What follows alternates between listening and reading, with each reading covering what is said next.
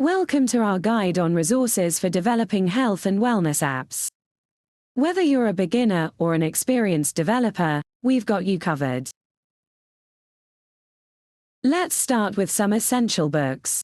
The Lean Startup by Eric Ries and Hooked by Nir Eyal are must-reads for understanding innovation and habit-forming products.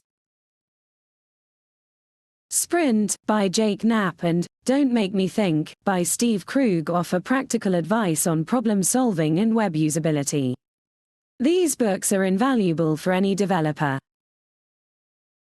Next, let's dive into podcasts.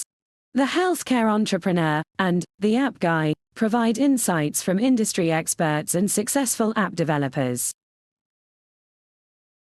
The Startup Chat and The Healthcare Marketing Podcast are great for learning about startup strategies and marketing trends in healthcare. For visual learners, YouTube has excellent tutorials. Check out How to Create a Health and Wellness App by App Brewery and Fitness App Development by Code with Chris. Courses can also be incredibly helpful. Coursera and Udacity offer courses like Mobile App Development with Swift and Developing Android Apps to get you started.